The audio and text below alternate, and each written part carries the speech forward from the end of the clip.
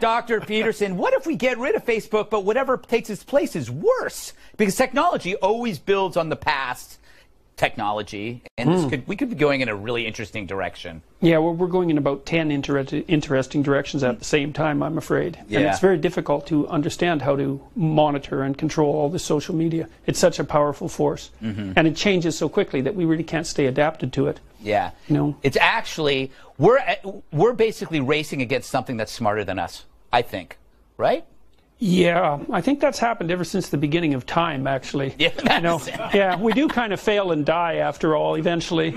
So, but yeah, this is a whole new enterprise. Yes, I don't plan on dying, Dr. Peterson. I want my brain extracted from this beautiful skull and placed in a vat of nutrients, and then I can just do this show, and I'll just be gurgling. Dan, last word. How do you feel?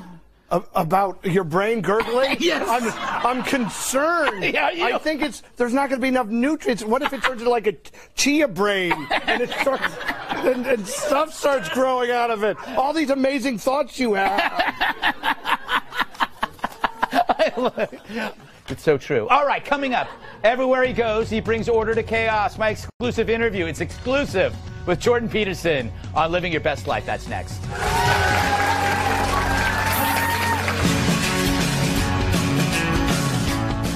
All right, for my money, Dr. Jordan Peterson is probably one of the greatest thinkers alive today. His YouTube videos have been watched by millions, and he tackles topics like identity politics, personal responsibility, being a better man, and the true nature of evil.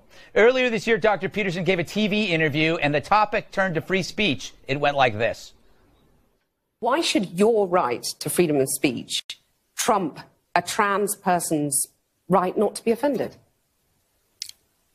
Because in order to be able to think, you have to risk being offensive. I mean, look at the conversation we're having right now. You know, like you're certainly willing to risk offending me in the pursuit of truth. Why should you have the right to do that? It's been rather uncomfortable. That's fine. I think more power to you as far as I'm concerned. Except you haven't sat there and... I'm just trying to work that out. I mean... Ha, gotcha. You have got me. You have got me. Whoops. All right. That you've got to see the whole. You have to see the whole interview of that. Is hilarious, and what a perfect timing for your book. So I read. We had it all planned. Yeah, did you plan that? Did you? She gets part of the royalties. There's so many interesting things about the book, but I like the fact that you make me think that there are two versions of me. There's past Greg and present Greg. So present Greg depends on the past. For example, if past Greg wakes up in the morning and decides not to go to the gym, present Greg is really mad because now present Greg has to go. So the secret... the secret of life. No, it's actually the secret of life is you have to do things for future Greg, or else life sucks. Basically, you have a whole chapter on delayed gratification.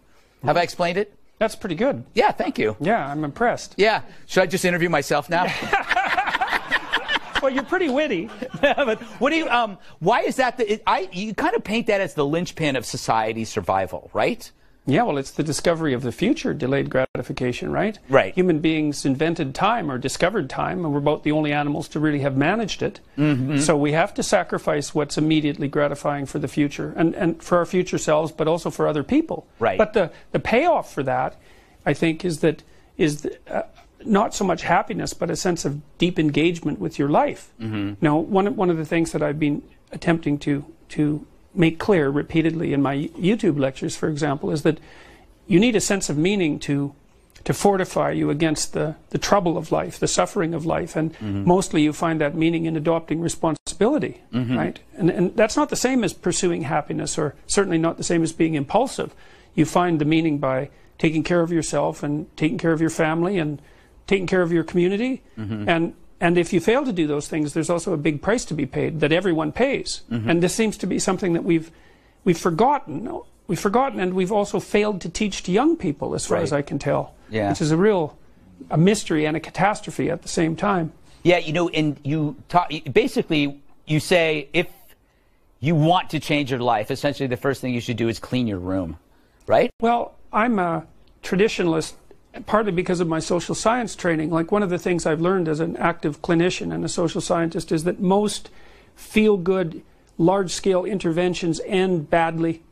Like, it's really hard to take a system that's working reasonably well and make it better, but it's easy to take a system that's working reasonably well and make it worse. And so knowing that, and we know that that's the case, that should encourage you to scale back your ambitions. And if you want to make things better, you could start by taking care of things that are within your control, and also doing it in a way that's least likely to cause harm to other people. And so this clean your room idea has become somewhat of an internet meme, but if you try it and try to organize those things right around you, you'll find that it's a lot more difficult and demanding than it looks. Yeah, it reminds me, when I was in college, the people that were the loudest activists, they didn't clean their room. They could change the world, but they couldn't change the toilet roll. It's true. And they wouldn't even pay for the toilet roll. You know, I love this.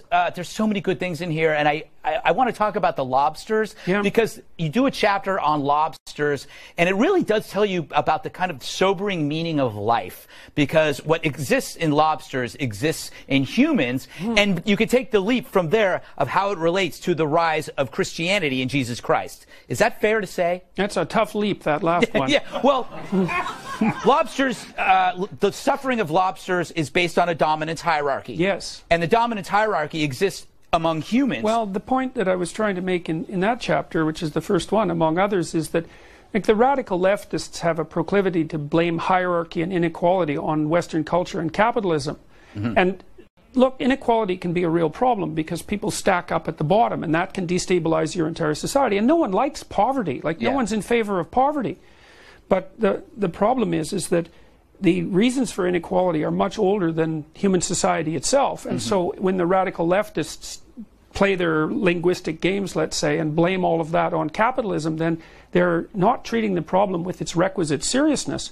Like, we actually don't know what to do about radical inequality. And demolishing the Western system, well, unless you bring everyone down to zero, which is something that's happened before, is not going to address the issue. Yeah. And so that was the point that I was making in the with the lobsters. Yeah, because the lobsters exist way before us, and they have inequality, horrible inequality based on dominance hierarchy. The only reason why I brought up Christianity, and I know we have to go, is because it was a remedy to dealing with the equality. If every individual is seeking truth, that is your best bet, eh? Yeah. Like, your best bet to moving forward through life, despite the fact that it's extraordinarily difficult, is to look clearly at what's in front of you and to tell the truth and to speak the truth. There's an idea, a deep idea that's laid out in the biblical corpus, that the being that you extract from the future, let's say, when you're making your choices, the being that you extract from the future with truth is good. And that's an unbelievably powerful idea. It'd be lovely if that was true. You imagine that the best way to bring the best world into existence is to tell the truth and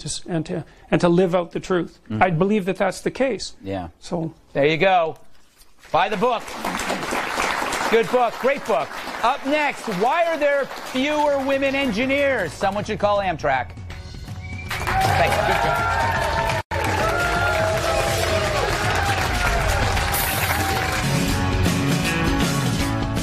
Men suck.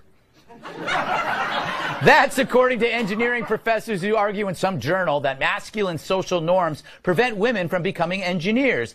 They say these harmful norms can include a desire to win, emotional regulation, the exertion of dominance over others, a sense of invincibility, and risk-taking.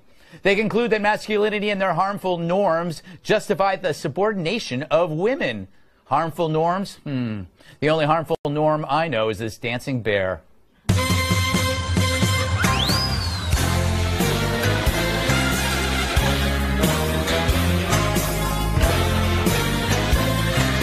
That fits into this story, definitely. All right, Dr. Peterson. So if some coworker comes to you for advice over a parent's illness, you have to bill them because that's an emotional thing. And if you're going for a job interview, you should show up in like filthy rags as a way of not to outshine others. That's how you would deal with this advice. Yeah, well, there's this idea that's promoted by people called social constructionists that all of the differences between men and women are cultural in origin. Yeah. And all of the evidence, the credible evidence that's been gathered over the last 3 decades indicates that that's wrong. So one good example of that is that in egalitarian societies like Scandinavia, like the Scandinavian countries, the differences between men and women, the personality differences and differences in interest are bigger, not smaller. Yeah. Tens of thousands of data points generated by generally left-leaning social scientists. Yeah, the women, even though there are no gender differences, they still become nurses than men, by far. And fewer engineers. And that gap grows as the societies become more egalitarian. It doesn't shrink.